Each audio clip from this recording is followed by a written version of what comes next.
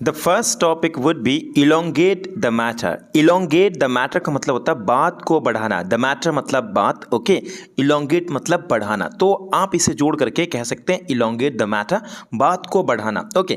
अब यहाँ पे इलोंगेट एक वर्ब है, इसे आप चेंज करेंगे। इससे पहले भी आप अगर कोई हेल्पिंग वर्ब आता तो उसे भी आप रख सकते हैं, ओके। जैसे इसका बनाने का स्ट्रक्चर बड़ा ही सिंपल है, सब्जेक्ट उसके बाद हेल्पिंग वर्ब अगर है तो, नहीं तो आप इलोंगेट को डायरेक्ट रख सकते हैं और इसे भी आप चेंज कर सकते हैं, ओके। उसके बाद द मैटर को आप एज इट इज रखेंगे। जैसे आप बात को बढ़ा रहे हैं तो आप कह सकते हैं you are elongating the matter, you are elongating the matter, okay. अब बड़ा ही सिंपल है, बट कई बार क्या होता है कि हम हिंदी में ऐसे बोलते रहते हैं, तो उससे कभी आपको इलोंगेट द मैटर को यूज करना, ओके। आगे बढ़ते हैं। भैया बात को क्यों बढ़ा रहे हो, भैया बात को क्यों बढ़ा रहे हो, तो आप कह सकते हैं why are you elongating the matter bro, why are you elongating the matter bro. बात को मत बढ़ाओ, बात को मत बढ़ाओ। Don't elongate the matter, don't elongate the matter. क्या तुम्हें बात को बढ़ाना अच्छा लगता है, क्या तुम्हें बात को बढ़ाना अच्छा लगता है। Do you like to elongate the matter, do you like to elongate the matter. आप जहाँ चाहें इसे यूज़ कर सकते हैं। हाँ, मैं बात को बढ़ाना मुझे अच्छा लगता है, मुझे पसंद है, तो आप कह सकते हैं yes I like to elongate the matter. The next topic would be getting spoiled.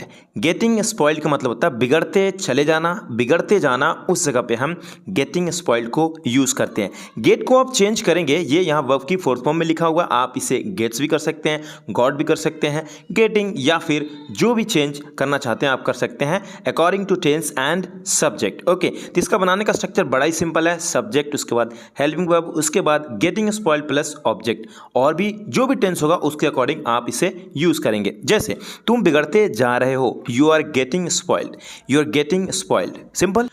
वह अब बिगड़ चुका है, he has got spoiled now, आप लगा सकते हैं, ठीक है। Now, now he has got spoiled, यानी कि ये प्रेजेंट परफेक्ट टेंस है, बड़ा ही सिंपल है, यूज करिए इसे। वे लोग अब बिगड़ते चले जा रहे हैं, they are getting spoiled, they are getting spoiled. मैं अब बिगड़ने का कोशिश कर रहा हूं, I am trying to get spoiled, I am trying to get spoiled. The next topic would be screwed up. Screwed up का मतलब होता है कोई काम करके गलती कर देना, उस जगह पे हम स्क्रू अप को यूज़ करते हैं। ये यहाँ पे वर्ब की थर्ड फॉर्म या फिर सेकंड फॉर्म में हम ईडी लगाते हैं, ओके। स्क्रू के साथ ईडी लगाएंगे तो ये बन जाएगा स्क्रूड अप, ओके। जैसे इसका बनाने का स्ट्रक्चर बड़ा ही सिंपल है, टेंस के हिसाब से आप चेंज करते रहेंगे या फिर सिंपल में भी आप यूज़ कर सकते हैं, ओके। जैसे मैं तुमसे बात करके गलती कर दी क्या, मैं एक क्वेश्चन पास्ट में पूछ रहा हूँ, पास्ट इंडेफिनिट टेंस में, मैं तुमसे बात करके गलती कर दी क्या, तो मैं कह सकता हूँ did I screw up to talk to you, did I screw up to talk to you. आप सिंपल ऐसे भी यूज़ कर सकते हैं। मैं तुमसे बात करके गलती कर दी, I screwed up to talk to you, I screwed up to talk to you. अगला टॉपिक है वर्ब की first form plus if you can, okay. Verb की first form plus if you can. जैसे मना किसने किया है, रोक सके तो रोक लो, who has refused stop if you can, stop him if you can. ऐसे भी आप बोल सकते हैं, मतलब उसे, अगर उसे रोक सके तो रोक लो, stop him if you can. आ सके तो आ जाओ, come if you can, come if you can. रोक सके तो रोक लो, रोक सके तो उसे रोक लो, stop him if you can. Next one is keeping in view. Keeping in view and then आपको एक ऑब्जेक्ट रखना है या फिर नॉन फ्रेज जो भी होगा उसे पूरा पूरा आप रखेंगे एंड देन आपको एक सेंटेंस बोलना है। जैसे तुम्हारी कंडीशन को ध्यान में रखते हुए मुझे लगता है तुम एक अमीर व्यक्ति हो। Keeping in view your condition I think you are a rich man. उसका बिहेवियर को ख्याल में रखते हुए उसे ठीक किया जाएगा। Keeping in view his behaviour he will be examined. मैं अपना शरीर को ध्यान में रखते हुए कोई भी काम करता हूँ। I do anything, I do any work keeping in view of my health. I swear कसम से, कसम से तुम बड़ा कमाल लगती हो, कसम से तुम तो बड़ा अट्रैक्टिव लगती हो। तो इस जगह पे आई स्वेयर एंड देन आपको एक सेंटेंस रखना जो आप बोलना चाहते हैं, ओके। कसम से मैंने उसे गाली नहीं दिया, आई swear I didn't abuse him, I did not abuse him, या फिर डिडंट इन शॉर्ट कह सकते हैं जो कि कॉन्ट्रैक्शन है, ओके। कसम से मैं आपसे झूठ नहीं बोलता हूँ, I swear I don't lie to you, I swear I don't lie to you. कसम से मैं तुमसे प्यार करता हूँ, I swear I love you, I swear I love you. कसम से वह कुछ भी नहीं जानता इसके बारे में। I swear she doesn't know anything about this. Guys इसी तरीके से जो यहाँ पे आप देख सकते हैं टॉपिक लिखा हुआ, उसके बाद में स्ट्रक्चर लिखा हुआ, जो आपको ऑटोमेटिक समझ में आ जाएगा। केवल एक फ्रेम आपको चाहिए और ऑटोमेटिक आपको समझ में आएगा, राइट। तो अगर आप इसी तरीके से चाहते हैं तो लिंक डिस्क्रिप्शन में है, जाकर के आप चेकआउट कर सकते हैं। 600 से प्लस स्ट्रक्चर्स, उसी में से ये लिया गया है। आज मुझे टाइम नहीं मिल रहा था तो मुझे लगा कुछ ना कुछ बनाना चाहिए, ठीक है। तो इसलिए मैं उसी में से चूज़ किया हूँ कई सारे स्ट्रक्चर्स, और बस एज इट इज़ आपको यहाँ पे मैं पढ़ा रहा हूँ ताकि आपको बेनिफिट हो सके। ओके, अगर आप चाहते सारा स्ट्रक्चर्स मुझे मिल जाए और प्रैक्टिस करते रहें तो आप प्रैक्टिस कर सकते हैं और भी सेंटेंसेस बना सकते हैं, और मैं हमेशा आप लोग के लिए सेंटेंसेस बनाता रहता हूँ using structures. Okay, same structures इसी तरीके से 600 से प्लस चाहते हैं तो लिंक डिस्क्रिप्शन में जाकर के आप चेकआउट कर सकते हैं। Next one is make someone remember. Make someone remember का मतलब किसी को याद दिलाना। ओके, समवन की जगह पे समवन भी हो सकता है, ऑब्जेक्टिव प्रोनाउन भी हो सकता है, या फिर कोई इंसान भी हो सकता है। ओके, आप इसे यूज़ कर सकते हैं। मेक को आप चेंज कर सकते हैं टेंस और सब्जेक्ट के हिसाब से। It is up to you कि आप कैसे चेंज करते हैं। बड़ा ही सिंपल है, आइए कुछ एग्जाम्पल्स देखते हैं। जैसे मैं उसे याद दिलाता हूँ, आई मेक हर रिमेंबर। आप और नहीं तो और यहाँ पे अगर कोई हेल्पिंग वर्ब है उसे भी आप रख सकते हैं, लेकिन डिपेंड करता है कि आप कहना क्या चाहते हैं। ओके, मैं अभी भी तुम्हें याद दिलाता हूँ कि तुम्हें दवाई टाइम पर लेना है। I still make you remember that you have to take medicine on time. उसने मुझे याद दिलाया कि मुझे कल ऑफिस जाना था। He made me remember that I had to go to the office the previous day. Next one is masterpiece. Masterpiece कई बार हम कहते हैं wow that is the masterpiece and that's the masterpiece, that is masterpiece. हम कई बार कई अलग अलग जगह पे कई डिफरेंट वे में इसे हम यूज़ करते हैं। बड़ा ही सिंपल है, मास्टरपीस का मतलब होता है अति उत्तम रखना, सुंदर रखना, मतलब बहुत ही अच्छा है, तो हम इसे मास्टरपीस कहते हैं, राइट। तो बनाने का स्ट्रक्चर बड़ा ही सिंपल है, सब्जेक्ट, उसके बाद अगर कोई हेल्पिंग वर्ब है तो रखेंगे, नहीं तो वाओ दैट्स मास्टरपीस, ऐसे हम यूज़ करते रहते हैं। ओके, जैसे वह तो अति उत्तम है, अति उत्तम है, wow that is masterpiece, that is masterpiece. जो कपड़े तुम पहने हुए हो वह तो अति उत्तम है, मतलब एक मास्टरपीस है। The clothes you are wearing is a masterpiece. यह गाना अति उत्तम है, this song is a masterpiece, this song is a masterpiece. Running short of. Running short of का मतलब होता है कि कमी है, कि कमी चल रही है। ये रन से बना रनिंग है। ओके, आप चाहें तो रन भी यूज़ कर सकते हैं, it is up to you, but running short of सुनने में अच्छा लगता है तो इसे यूज़ करते हैं थोड़ा सा कंटिन्यूअस में। हेल्पिंग वर्ब रखेंगे, उसके बाद रनिंग शॉर्ट ऑफ, उसके बाद ऑब्जेक्ट। जैसे तुम्हारे पास पैसे की कमी चल रही है या फिर कमी है तो रनिंग शॉर्ट ऑफ बोलने में बड़ा ही मज़ा आता है, you are running short of money. और भी कई तरीके हैं, सेम हिंदी को आप इंग्लिश में बोल सकते हैं अलग वे में, बट ये भी तरीका सीख लीजिए ताकि आपको काम आए।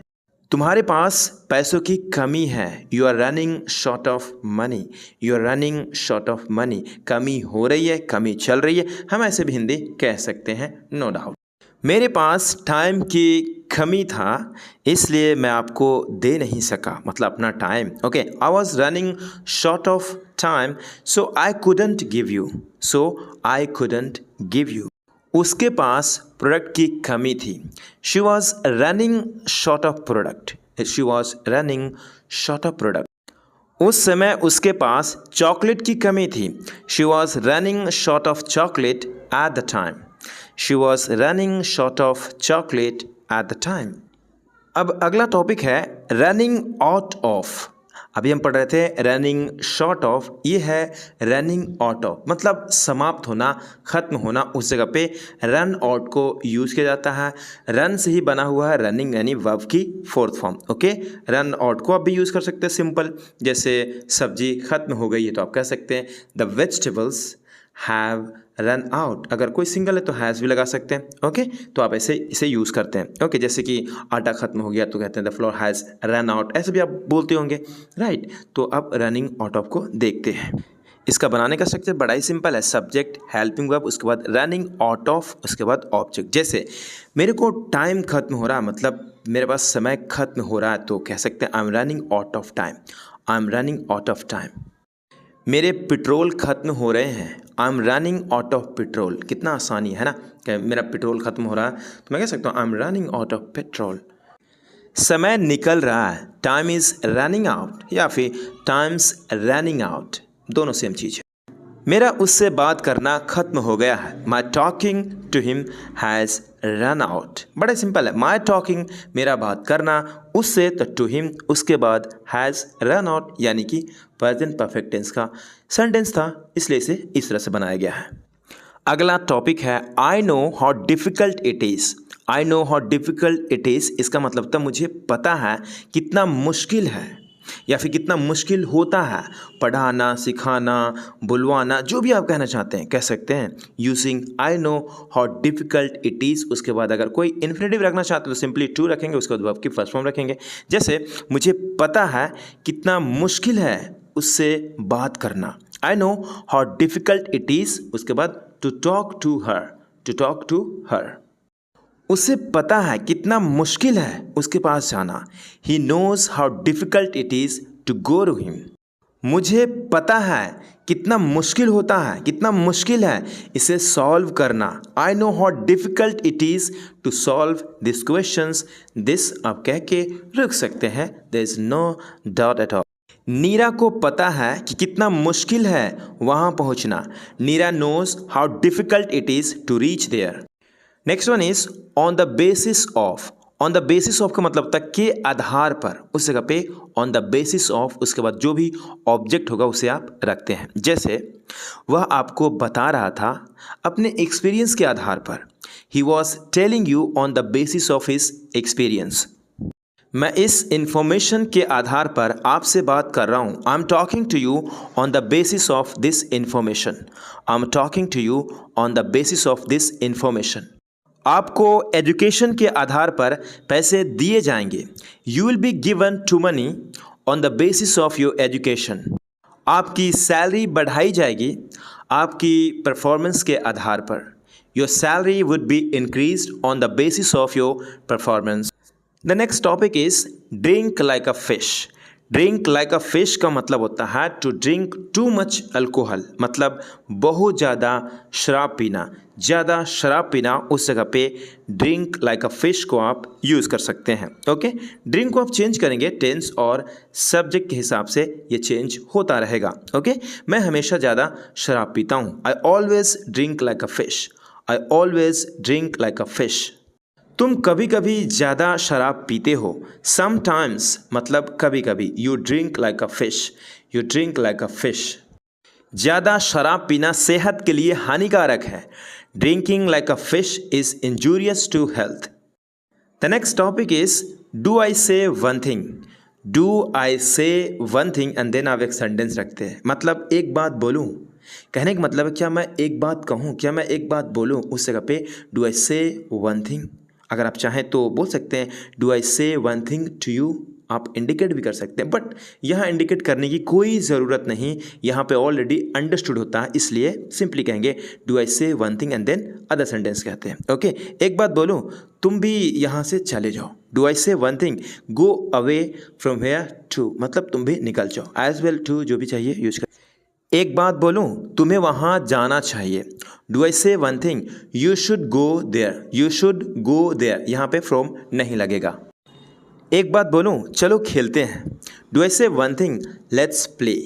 गाइस यकीन मानिए बिना प्रैक्टिस का कुछ नहीं होने वाला, ये एक लैंग्वेज है और जितना ज़्यादा प्रैक्टिस करेंगे उतना अच्छा आप इंग्लिश बोल पाएंगे। तो प्लीज़ प्रैक्टिस करिए, हमेशा करिए, जो भी डिफ़िकल्ट होता है कमेंट करके पूछिए, जिस तरह से आप चाहते हैं तो पूछ सकते हैं, मैं जल्द ही आप लोग का क्लास भी लेने वाला हूँ।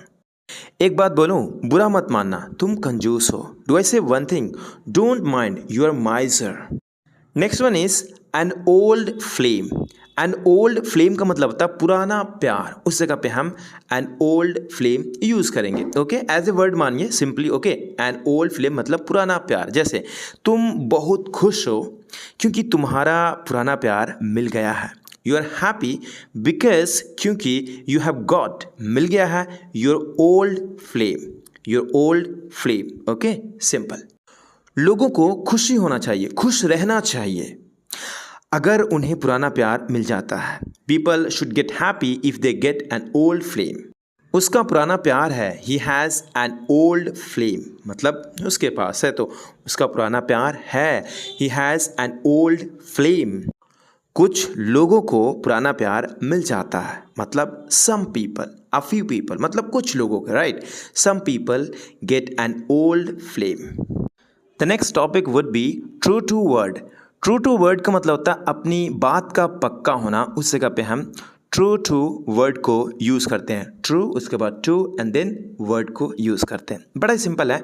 सब्जेक्ट उसके बाद helping verb and then true to my his their her our, इसे आप रखेंगे मतलब किसका वर्ड है, ओके। उसके बाद वर्ड, जैसे अपनी बात के पक्के बन जाओ, become true to your word, या फिर बोल सकते हैं गेट या फिर बी भी यूज़ कर सकते हैं, okay. It is up to you. Become true to your word. मुझे पता है वह अपनी बात के पक्के हैं। I know she is true to her word.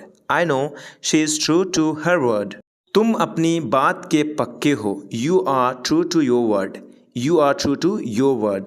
मुझे पता है वह अपने बात का पक्का नहीं है। I know he is not true to his word. I know he is not true to his word.